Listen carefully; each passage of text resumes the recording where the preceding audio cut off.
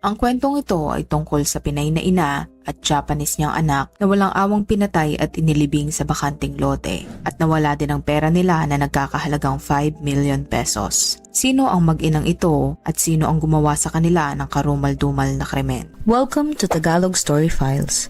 Kung ikaw ay mahilig sa kwentong krimen, katatakutan, trivias at general knowledge ay huwag kalimutang mag-follow at mag-subscribe.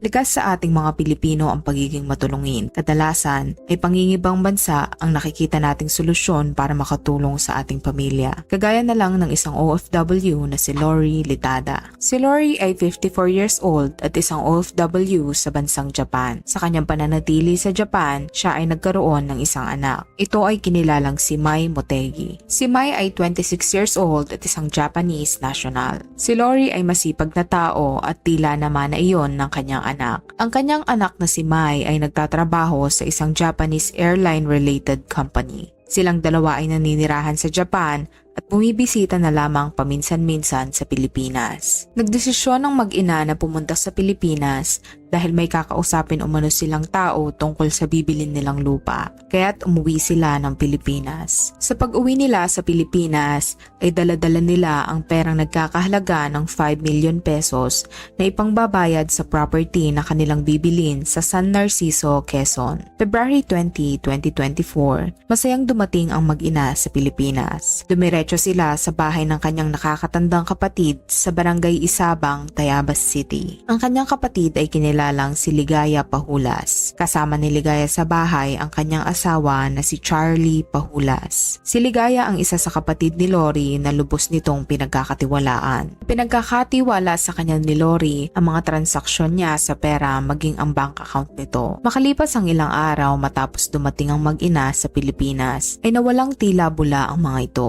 Sinusubukan umano silang tawagan ng kanilang mga kamag-anak ngunit hindi sila sumasagot. Kaya naman nagsimula na mag-alala ang iba pang kapatid ni Lori at ang kanyang pamangkin na kinilalang sina Sally Olvis, Beverly Samoy at Adrian Olvis. Ayon sa pamangkin ni Lori na si Adrian ay pinayuhan niya ang kanyang tita na si Ligaya at ang asawa nito na si Charlie na mag-report na sa pulis dahil sila ang huling kasama ng mga biktima bago ito mawala. Sumunod naman daw sina Ligaya at Charlie at agad-agad itong nag-report sa mga otoridad. Ayon sa mag-asawang Pahulas ay nakita nila na nag-aaway ang mag-inang Lori at Mai. Ngunit hindi daw nila maintindihan ang mga sinasabi nito dahil Japanese na lengguwahe ang gamit nila. Dinagdag pa nila na nagpahatid daw sa kanila ang mag-ina sa sakayan ng bus ng alauna ng madaling araw. Nang makapag-file ng report si Ligaya ay pinayuhan ito ng mga otoridad na dumiretso na sa NBI para mas mapabilis ang pagtukoy sa kinaroroonan ng mag-ina. Ngunit ayon sa pamangkin nila na si Adrian ay imbis na pumunta si Ligaya sa NBI ay umalis umano ito at umuwi sa Bicol. Dahil sa determinasyon ni Adrian at ng iba pang kapatid ni Lori para mahanap ang mag-ina ay sila na mismo ang kumilos at lumapit sa mga otoridad ng Tayabas Police Station.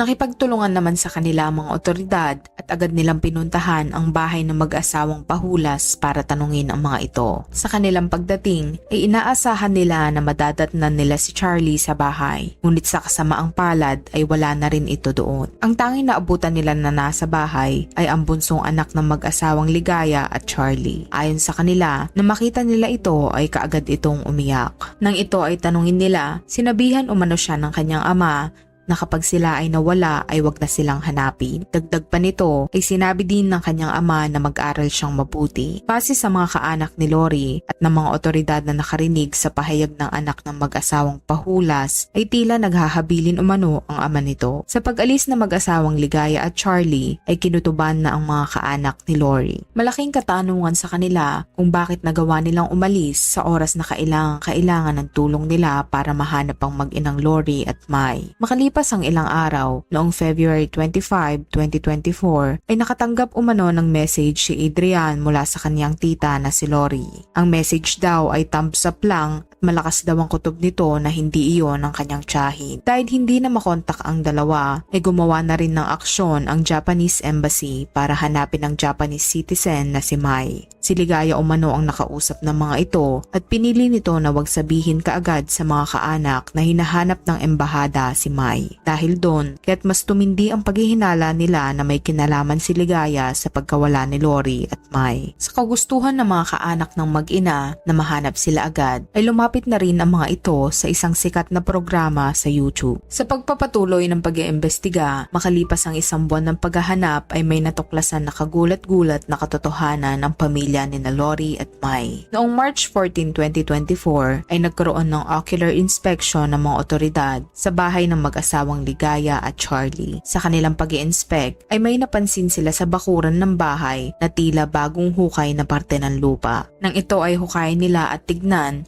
ay tumambad sa kanila ang walang buhay na katawan ng dalawang tao. Positibo naman itong kinilala ng mga kaanak nila na iyon ay si Lori at Mai. Nang makuha ang katawan ng mga biktima, ay agad itong inotopsy at dinala sa punerarya. Dumiretso naman sa police station ang mga kaanak ng mga biktima para magbigay ng salaysay. Ayon naman sa mga otoridad na masusing nag-imbestiga sa krimen ay meron silang 4 na tao na tinuturing na persons of interest. Dagdag pa nila na may na-recover umano sila na CCTV footage kung saan nahagip ng kamera ang 4 na suspect na nakasakay sa isang tricycle patungo sa isang direksyon sa Tayabas, Quezon. Nang puntahan ng mga otoridad ang direksyon na binaybay ng tricycle ay napunta sila sa isang tulay. Sa ilalim ng tulay ay may ilog at nang tignan nila ito ay may nakita silang maleta. Ang maleta ay naglalaman ng mga gamit. May nakita silang short, bonnet, tuwalya na may initials na pahulas at isang dugo ang unan sa loob nito. Kinumpirma naman ng mga kaanak nila na sa mga biktima iyon. Nang matapos ang autopsy sa katawan ng mga biktima, ay lumabas na ang ikinamatay nila ay blunt force trauma, sakal at saksak. March 15, 2024 ay umamin na ang isa sa may gawa ng karumal-dumal na krimen. At ang taong iyon ay ang nakakatandang kapatid mismo ni Lori na si Ligaya Pahulas. Sumuko umano siya sa mga pulis dahil hindi na kinaya ng kanyang konsensya. Ngunit bago mangyari ang kanyang pagsuko ay sinubukan pa umano niyang kitilin ang kanyang buhay.